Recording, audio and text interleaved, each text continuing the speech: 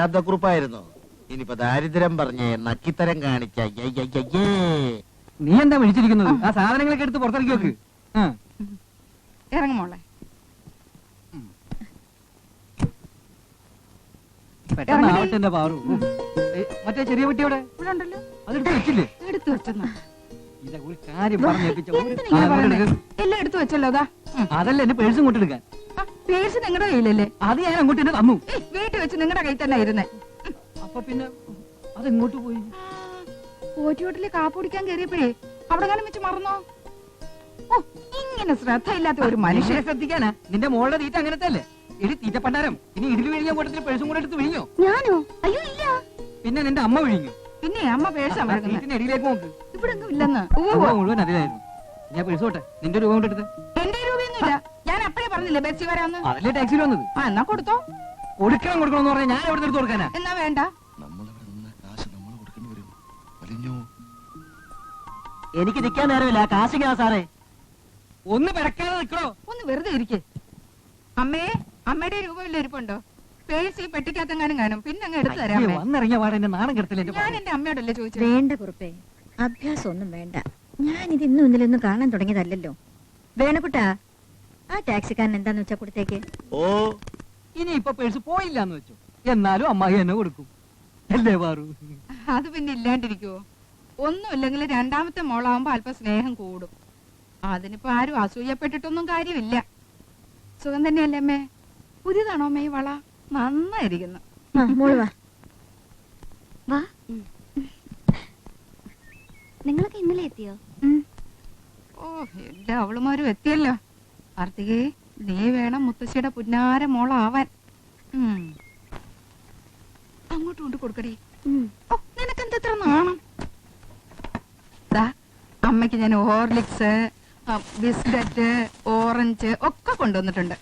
ഇത് ചവനപ്രാശം മുത്തശ്ശിക്കെന്ന് പറഞ്ഞ് പ്രത്യേകം വാങ്ങിയതാ. അങ്ങോട്ട് കൊടുത്തൂടെ? എന്തിനാ ഇതൊക്കെ പാറക്കുട്ടി? എനിക്ക് എത്ര ബുദ്ധിമുട്ടുണ്ടെങ്കിലും അമ്മയ്ക്ക് എന്തെങ്കിലും കൊണ്ടുവരാതിരിക്കാൻ എന്റെ മനസ്സ് സമ്മതിക്കുന്നില്ല. സത്യം പറഞ്ഞ കത്ത് കിട്ടിയപ്പോ സങ്കടം വന്നു. തിരുവോണം മാത്രമല്ലല്ലോ, അമ്മയുടെ പിറന്നാളും കൂടെ അല്ലേ. കയ്യിലാണെ കാശില്ല. എന്താ ഇത്ര ബുദ്ധിമുട്ട്? കുറുപ്പിപ്പൊ സൂപ്രണ്ട് ആയില്ലേ? അത് കൂടാതെ നിനക്കും ഇല്ലേ 12,000 രൂപ? ഓ, അതൊന്നും പറയണ്ട എന്റെ അമ്മേ. ചെലവിന്റെ പുറത്ത് ചെലവാ. ഈ പെണ്ണിനെ കൊണ്ടുവരണ്ടെന്ന് കരുതിയതാ. പിന്നെ നമ്മുടെ കൊച്ചുവിഷം വരുന്ന സ്ഥിതിക്ക് എങ്ങനെ കൊണ്ടുവരാണ്ടിരിക്കുക? എന്റെ മോളെ കാണുമ്പോ എല്ലാരും അവളോട് പറയുന്ന പോലും നിന്റെ മുത്തശ്ശിയെ വരച്ചു വെച്ചിരിക്കുകയാണെന്ന്. അതൊക്കെ ആൾക്കാർ വെറുതെ പറയല്ലേ. ആര് കണ്ടാലും പറയും അവള് നിന്റെ തനിപ്പകർപ്പാണെന്ന്. എന്റെ പോലും അല്ല. കീഴാറ്റുമടം പോറ്റി എന്ന് കേട്ടിട്ടുണ്ടോ? മഹാമാന്ത്രികനാ. അദ്ദേഹത്തെ കൊണ്ട് അമ്മായിക്ക് ഞാനൊരു ദേഹരക്ഷ എഴുതി വാങ്ങിച്ചു. എന്തോന്നാ കുറുപ്പേ, ഈ സമ്പ്രദായമൊക്കെ നിർത്താറായില്ലേ? അങ്ങനെ അങ്ങോട്ട് പറഞ്ഞു കൊടുക്കമ്മേ. ഇതിനാ ഈ മനുഷ്യൻ കാശ് കളയുന്ന മുഴുവനും. അമ്മയെ ഉടുപ്പെന്ന് ഊരാൻ പറയൂ. കയ്യിലും കഴുത്തിലും എന്തൊക്കെയാ കെട്ടി തൂക്കിയിരിക്കുന്ന നോക്കൂ. അരയിലും ഉണ്ട് ഒരു 5-6 എണ്ണം പറയാതെ എന്റെ പാറു. ഇതൊക്കെ ഒരു ദേഹരക്ഷക്കല്ലേ അമ്മായി? നിങ്ങളുടെ ഈ രക്ഷയെടുത്ത് കാരണം എനിക്കും മക്കൾക്കും രക്ഷയില്ലാണ്ടായി. നിന്റെ രക്ഷയ്ക്ക് ഞാനില്ലേ പാറു? വരാം എന്ന് എല്ലാ കത്തിലും പറയുന്നതല്ലാതെ ഒരിക്കലും വരലുണ്ടാവില്ല. എനിക്കറിയില്ലേ നിന്നെ. അതെങ്ങനെയാ ഒരു ദിവസം ഹോസ്പിറ്റലിൽ പോകാതിരുന്ന ആകാശം ഇടിഞ്ഞു വീഴില്ലേ? ഇതിപ്പോ അമ്മ തന്നെ നേരിട്ട് എഴുതിയപ്പോ വരാണ്ടിരിക്കാൻ പറ്റൂ? പ്രത്യേകിച്ച് കൊച്ചേഷം വരുന്നതല്ലേ. അമ്മയുടെ മനസ്സിൽ എന്തൊക്കെയോ തീരുമാനങ്ങളുണ്ട്. അതുകൊണ്ടാ ഹേമയെ പ്രത്യേകം കൊണ്ടുവരണമെന്ന് പറഞ്ഞത്. സുമതികുട്ടി, നിന്റെ ഈ മോഹം മനസ്സിലിരിക്കത്തേ ഉള്ളൂടി.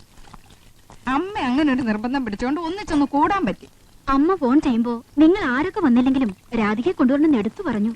എന്തൊക്കെയോ കണക്കുകൂട്ടലുണ്ടെന്ന് വെച്ചോളൂ. നിന്റെ കണക്കുകൂട്ടലുകൾ ഒന്നും നടക്കില്ല എന്റെ പൊന്നു ചേച്ചി.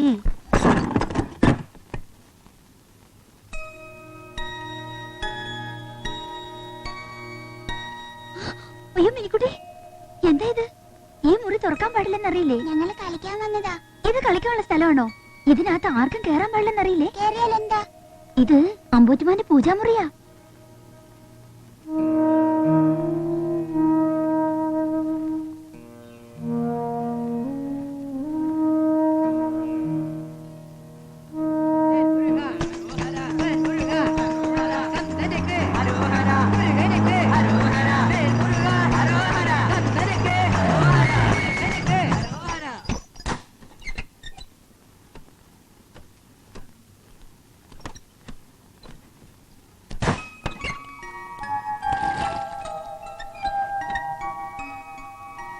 വേലായുധ പഴനിയാണ്ടവാ. അടുത്തത് കാശി യാത്രയാണ്. ചിങ്ങം പകുതിയോടെ പുറപ്പെടണം. ഹരിയോം ഹരി. എന്നാലല്ലേ പുറപ്പെട്ടുള്ളൂ, വൈകിക്കണ്ട.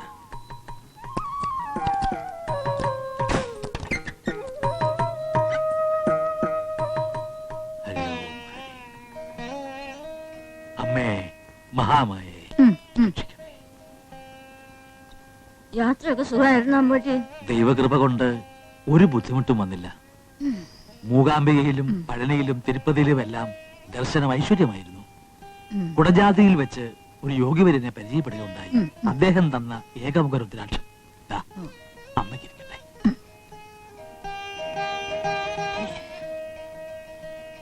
അമ്പൂറ്റി കുളിച്ചെല്ലാം കഴിക്കാൻ നോക്ക്. ആവട്ടെ. ആ ഞാൻ കാത്തിരിക്കുവായിരുന്നു. എപ്പോ എത്തി? ഇപ്പോഴെത്തി. തിരുപ്പതി അടിവാരത്തിൽ പഴയ ഏട് നോക്കി ഫലം പറയുന്ന ഒരു ജോത്സ്യനുണ്ടെന്ന് കേട്ടു. അറിയാമോ? തുടങ്ങി നിങ്ങളുടെ ഒരു ജോത്സ്യം. അറിയാമോ? അടുത്ത വാരം ഞാൻ അടിവാരത്തിലേക്കാണ് പോകുന്നത്. എന്റെ അമ്പുജാക്ഷ, നിനക്ക് ഇനിയെങ്കിലും ഈ യാത്ര ഒന്ന് നിർത്തിക്കൂടെ? പലവട്ടം പറഞ്ഞിട്ടുള്ളതാണ്, ഞാൻ അംബുജാക്ഷനല്ല, അമ്പൂറ്റി സ്വാമിയാണ് കുഞ്ഞെ. കുഞ്ഞോ? ഇത് നിന്റെ ചേച്ചിയാണ്. എല്ലാവരും നമുക്ക് കുഞ്ഞുങ്ങളാണ് കുഞ്ഞെ. ഹരിയോ. നിന്റെ ആങ്ങളെ ശരിയാവുന്ന ഒരു ലക്ഷണവും കാണുന്നില്ല. വേണ്ട. വേണ്ടെങ്കി വേണ്ട. എന്താടാ, എന്തു പറ്റി? ഞാൻ വീട്ടിലെ കാര്യം ഒന്ന് ഓർത്തു പോയതാ. ഓ, മനുഷ്യനെ പേടിപ്പിച്ചു കളഞ്ഞല്ലോ. അവന്റെ ഒരു വീടും സ്വപ്നവും. എടാ, ആണുങ്ങളായ കുറച്ചൊക്കെ ചങ്കുറപ്പ് വേണം. എടാ, അവിടെ ചെന്നാലുള്ള അവസ്ഥയെ കുറിച്ച് നിനക്ക് അറിഞ്ഞുകൂടാത്തോണ്ടാ. എല്ലാം അറിഞ്ഞുകൊണ്ടല്ലേ നീ ഇതിനെ ഇറങ്ങി തിരിച്ചത്. ആദ്യം തന്നെ നീ നിന്റെ അമ്മായിമാരെ എനിക്കൊന്ന് പരിചയപ്പെടുത്തി. കാര്യങ്ങളൊക്കെ സ്മൂത്ത് ആയിട്ട് ഡീൽ ചെയ്യുന്ന കാര്യം ഞാൻ ഏറ്റു. ലോകത്ത് ഒരിടത്തും ഇല്ലാത്ത അവന്റെ ഒരു മുത്തശ്ശിയും അമ്മായിയും തറവാടും. എന്താ സാറേ? സാറിന് വയറ്റ് വേദന. വണ്ടി വിടറോ.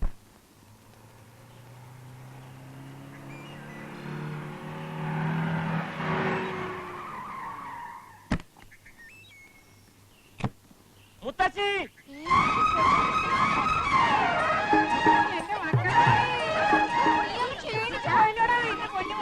ക്ഷീണിച്ചിട്ടൊന്നുമില്ല അമ്മായി.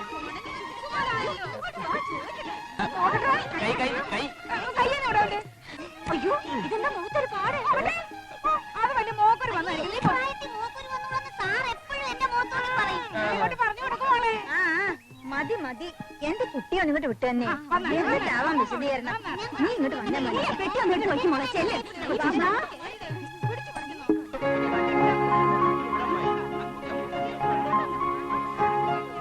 ഇതെന്താ പറ്റിയ? ഇത്തവണ നീ എന്നെ പറ്റിക്കുമെന്നാ ഞാൻ വിചാരിച്ചു. അത് കൊള്ളാം. മുത്തശ്ശിയുടെ പിറന്നാളായിട്ട് ഞാൻ വരാണ്ടിരിക്കൂ. എത്ര ദിവസത്തെ ലീവ് ഉണ്ട് നിനക്ക്? എത്രയും നേരത്തെ പോകാമോ അത്രയും കൊള്ളാം. എന്നാലും ഒരു 2-3 ആഴ്ച. ഇനിയിപ്പൊ പിറന്നാളും കഴിഞ്ഞ് തിരുവോണവും കഴിഞ്ഞ്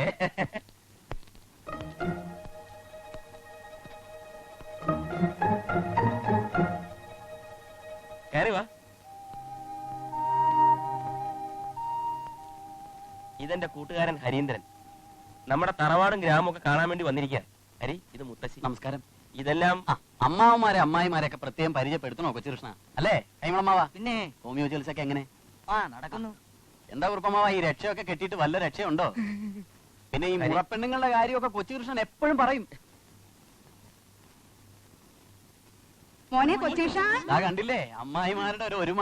എല്ലാവർക്കും കൊച്ചുകൃഷ്ണനെ ഒരുപോലെ ഇഷ്ടമാ. ഹരിയോം ഹരി. എന്റെ പേര് ഹരി എന്നാണെന്ന് എങ്ങനെ മനസ്സിലായി?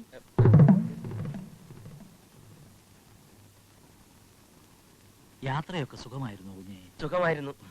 ഈ സ്വാമി വേഷം കെട്ടി നടക്കുന്നവരെല്ലാം കള്ളന്മാരാ. ഒരൊറ്റ എണ്ണത്തിനെ വിശ്വസിക്കാൻ കൊള്ളൂല. പക്ഷേ അമ്പോറ്റി സ്വാമി അങ്ങനെയൊന്നും അല്ല, ശരിയായ സ്വാമിയാണെന്നാണ് കൊച്ചുകൃഷ്ണൻ പറയുന്നത്. കൊച്ചുഷ, അകത്തേക്ക് വന്നോളൂ. ഇതാ വരുന്നേ. നീ മാത്രം വാ. അമ്മ പോയി.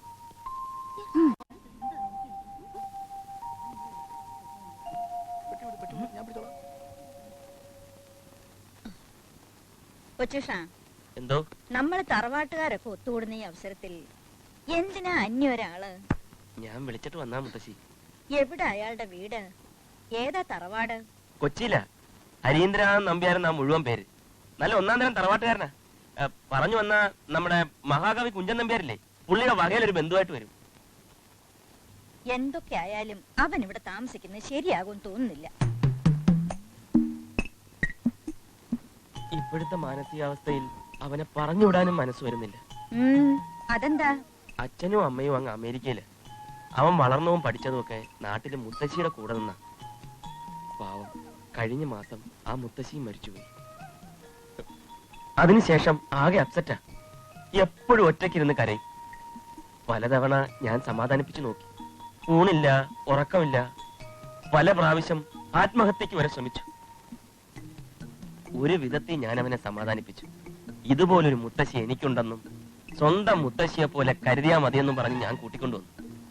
ഇവിടെ വന്ന് കയറിയപ്പോഴാ അവന്റെ മുഖം ഒന്ന് പ്രസന്നമായത്. കണ്ടില്ലേ എത്ര സന്തോഷത്തോടെയാണ് എല്ലാവരോടും ഇടപെടുന്നത്. മുത്തശ്ശി മുത്തശ്ശി മരിച്ചിട്ടില്ല. എടാ, എന്റെ മുത്തശ്ശി മരിച്ചിട്ടില്ല. നീ വിളിച്ചപ്പോ നിന്റെ കൂടെ വന്നില്ലായിരുന്നെങ്കിൽ എനിക്ക് എന്റെ മുത്തശ്ശിയെ കാണാനുള്ള ഭാഗ്യം ഉണ്ടാവുമായിരുന്നു.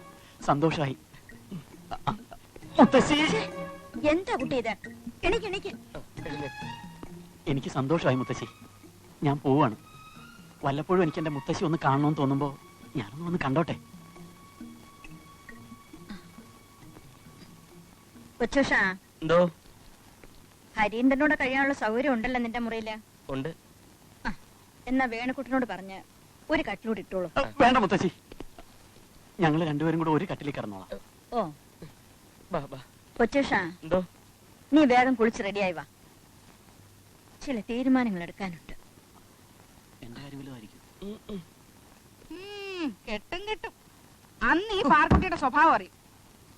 തള്ളേം തന്തേം ചത്ത് കഴിഞ്ഞപ്പോ ഈ തോളി കിടത്തിയാ ഞാൻ അവനെ വളർത്തിയത്. ആ സ്നേഹം അവൻ എന്തായാലും ഉണ്ടാവാതിരിക്കുവോ?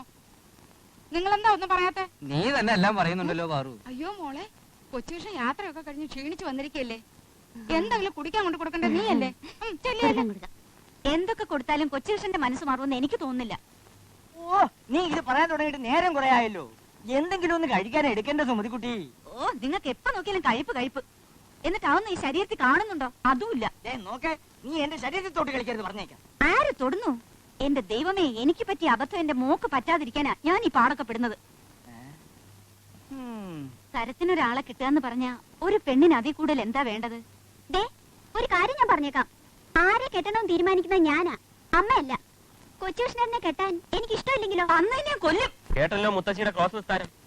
ആ നേരത്ത് നാവിന്റെ തുമ്പത്ത് സരസ്വതി നിന്നുകൊണ്ട് എന്തൊക്കെയോ പറഞ്ഞൊപ്പിച്ചു. ഓ, നിന്നെ ഞാൻ കുഞ്ചൻ നമ്പ്യാരെ ബന്ധുവാണെന്ന് പറഞ്ഞല്ലോടാ ചെറ്റേ. അതിനിടയിൽ അവന്റെ ഒരു സെന്റിമെന്റ്സ് കൊളമാക്കിയെന്നെ. കുളവാക്കും. എന്നാലും നിന്റെ അത്ര ചളവാക്കൂല. അതെ, ഈ അലവലാതി കൂട്ടങ്ങളുടെ ഇടയിൽ കഴിയാൻ എന്നെ കൊണ്ട് വയ്യ. ഞാൻ അങ്ങ് പോവാ. എന്താ ഇത്? പോകാൻ വേണ്ടിയാണോ പറഞ്ഞത്? മുത്തശ്ശിയുടെ തീരുമാനങ്ങൾ എടുക്കാനുണ്ടെന്ന് പറഞ്ഞ എന്താണെന്ന് മനസ്സിലായോ? എന്താ? കല്യാണം. പിന്നല്ലാണ്ടെന്താ? ഓഹോ, വന്ന് കേറുന്നതിന് മുമ്പേ തുടങ്ങിയോ?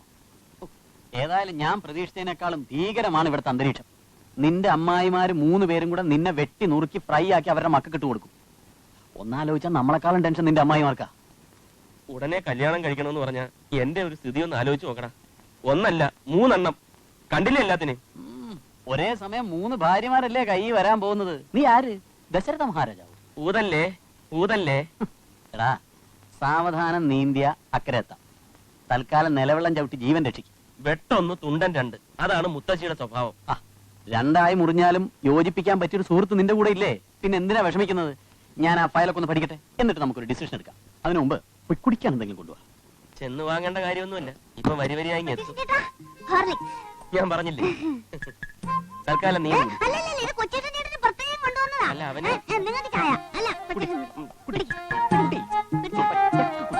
കുടിപ്പിക്ക്. വലിച്ചു കുടിക്കണ്ട. അത്